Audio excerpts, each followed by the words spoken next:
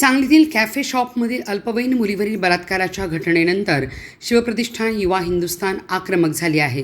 शिवप्रतिष्ठान युवा हिंदुस्थानच्या वतीने शहरातल्या कॅफे शॉपवर धाडी टाकून तपासणी करण्यात येत आली आहे. विश्रामक परिसरामध्ये मोठ्या संख्येने कॅफे शॉप चालू असतात. या कॅफे शॉपमध्ये अश्लील चाळे सुरू असल्याच्या तक्रारी युवा हिंदुस्थानकडून पोलिसांकडे करण्यात आली होती. मात्र तरी देखील कारवाई झाली नाही.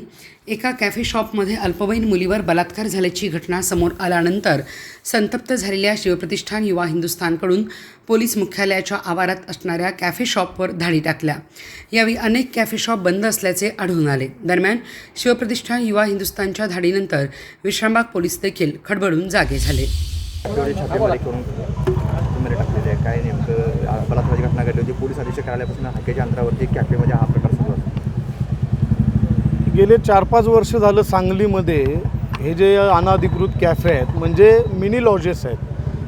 तासाला 200 रुपये 300 रुपये असं घेऊन भाडं घेऊन ते प्रायव्हसी नावाने कंपार्टमेंट केलेले आहेत आणि ते अल्पवयीन मुलामुलींना वापरायसाठी दिलं जातं. या कॅफेंमध्ये कंडोम विकलं जातं, याच्यामध्ये गर्भनिरोधक गोळ्या विकल्या जातात, गांजासारखे पदार्थसुद्धा या ठिकाणी विकलेले जातात. आणि या संदर्भात गेले 4-5 वर्ष झाले शिवप्रतिष्ठान युवा हिंदुस्थानच्या माध्यमातून आम्ही आंदोलन सुरू केले.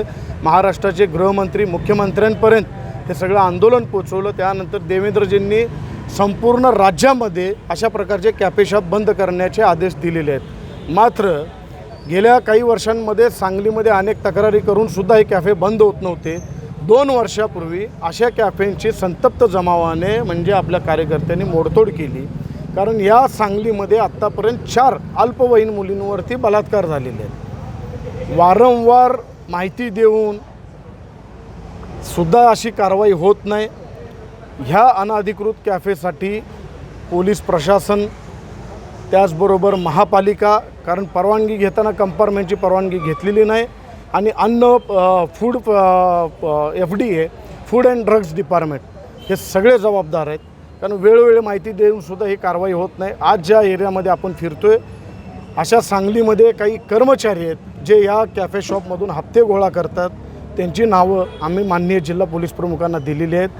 सांगली जिल्ह्याचे पालकमंत्री नामदार चंद्रकांत दादा पाटील यांना 8 जून रोजी भेटून आम्ही ही सविस्तर माहिती दिली.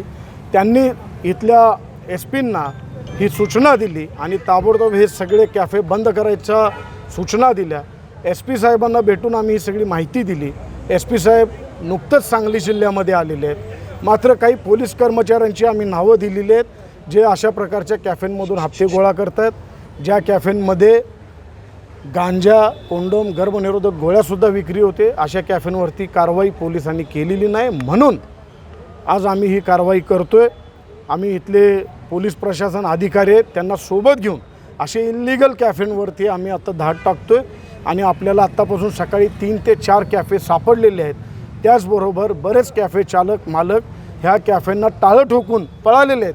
मात्र ते कुठं जरी पळाले तरी आमचे कार्यकर्ते आणि पोलीस प्रशासन या ठिकाणी थांबतं. त्यांच्यावरती कडक कारवाई होईल. त्याचबरोबर जे पोलीस कर्मचारी आहेत जे हप्ते गोळा करत आहेत त्यांची माहिती आमच्याकडे आहे. ते आम्ही माहिती जिल्हा पोलीस प्रमुखांकडे दिलेली आहे. आणि हे कॅफे कुठल्याही परिस्थितीत सांगलीतच नाही तर राज्यामध्ये कुठेही अशा प्रकारचे कॅफे आम्ही चालू देणार नाही. आज फक्त आम्ही पोलीस प्रशासनाला घेऊन कारवाई करतो आहे. ह्याच्यानंतर जर कुठले कॅफे आम्हाला दिसले तर कॅफे जमीनदोस्त करून फोडून टाकून पेटवून देण्यात येईल एवढाच मी इशारा देतो. कारण हा प्रश्न आमच्या पुढच्या भवितव्याचा आहे. लहान मुलामुलींना ID न मागता कमी पैशामध्ये अशी जागा उपलब्ध करून दिली जाते. आणि आम्ही निवेदनामध्ये ही माहिती दिली होती की अशा ठिकाणी काही हिडन कॅमेरे आहेत जे आम्हाला काही ठिकाणी आत्ता सापडले. हिडन कॅमेरे किंवा मोबाईलमध्ये असं शूटिंग घेतलं जातं आणि ते शूटिंग नंतर त्या मुलीला पाठवून तिला ब्लॅकमेलिंग करून बलात्कार केले जातात. असे 4 बलात्कार आपल्या सांगलीमध्ये झालेले आहेत. राज्यामध्ये वेगळे आहेत. 4 बलात्कार गुन्हे दाखल झालेले आहेत. ज्या मुली पुढं आलेल्या नाहीत अशा शेकडो मुली असू शकतात. आम्ही आपल्या सगळ्यांच्या माध्यमातून आपल्याला आव्हान करतो सगळ्यांना की ज्या मुलींवरती अशा प्रकारे अत्याचार झालेत त्यांनी आम्हाला संपर्क करा. या कॅफे चालक आणि यांना भाड्यानं देणारे कॅफेचे मालक यांच्यावरती सुद्धा कारवाई व्हायला पाहिजे. आणि जे महापालिकेचे कर्मचारी, पोलीस कर्मचारी जे यांच्याकडून हप्ते घेतात यांच्यावरती सुद्धा कारवाई व्हायला पाहिजे. ओके सर, आज काही संघटनेने कॅफेची पाहणी करत कॅफेमध्ये जे कंपाऊंड झोन आहेत ते चेक केलेले आहेत. विश्रामबाग पोलीस ठाणे येथे 2 दिवसापूर्वी एक गुन्हा दाखल झालेला आहे. एका मुलीवर कॅफेमध्ये बलात्कार करण्यात आलेला आहे. ती अल्पवयीन मुलगी होती. त्या अनुषंगाने गुन्हा नोंद झालेला आहे. सदर गुन्ह्याचा तपास आम्ही स्वतः करत आहोत. सदर गुन्ह्यात आम्ही आरोपी नामे देवकुळे नावाचा आरोपी जो आहे त्यास आम्ही अटक, समर्थ देवकुळे, त्यास आम्ही तात्काळ अटक केलेली आहे. अटक करून त्याला न्यायालयासमोर हजर करून 4 दिवस PC रिमांड घेण्यात आलेला आहे. त्या आरोपीने काही व्हिडिओ काही प्रसारित केलेले आहेत किंवा कसे, याबाबत आम्ही तपास करीत आहोत. अधिक तपास करून लवकरात लवकर चार्जशीट न्यायालयात सादर करीत आहोत.